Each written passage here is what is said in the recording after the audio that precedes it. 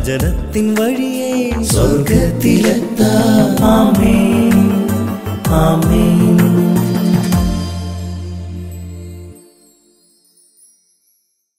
യേശുവിന്റെ ഏറ്റവും പ്രിയപ്പെട്ട കുഞ്ഞെ, യോഹന്നാന്റെ സുവിശേഷം 11-ാം അധ്യായം 43-ാം വാക്യം. ഈശോ ഉച്ചത്തിൽ വിളിച്ചു പറഞ്ഞു, ലാസറേ പുറത്തു വരിക. ഈശോ ഉച്ചത്തിൽ വിളിച്ചു പറഞ്ഞു, ലാസറേ പുറത്തു വരിക. പ്രിയപ്പെട്ട സഹോദരങ്ങളെ, കർത്താവ് ഇന്നൊരു കാര്യം കൃത്യമായി നിന്നോട് പറഞ്ഞു തരിക.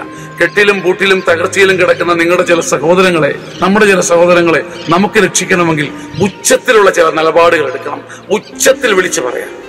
തകർന്നു കിടക്കുന്ന, പിന്നാമ്പുറങ്ങളിൽ മാറിക്കിടക്കുന്ന, മരവിച്ച് കിടക്കുന്ന നമ്മുടെ കൂട്ടായ്മയിലെ ആളുകൾക്ക് വേണ്ടി ശബ്ദമുയർത്തുവാൻ കർത്താവ് നിങ്ങളോട് പറയുന്നു.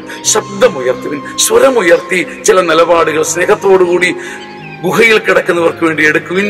അവർ പുറത്തു വരും, അവരുടെ കെട്ടുകൾ പൊട്ടും.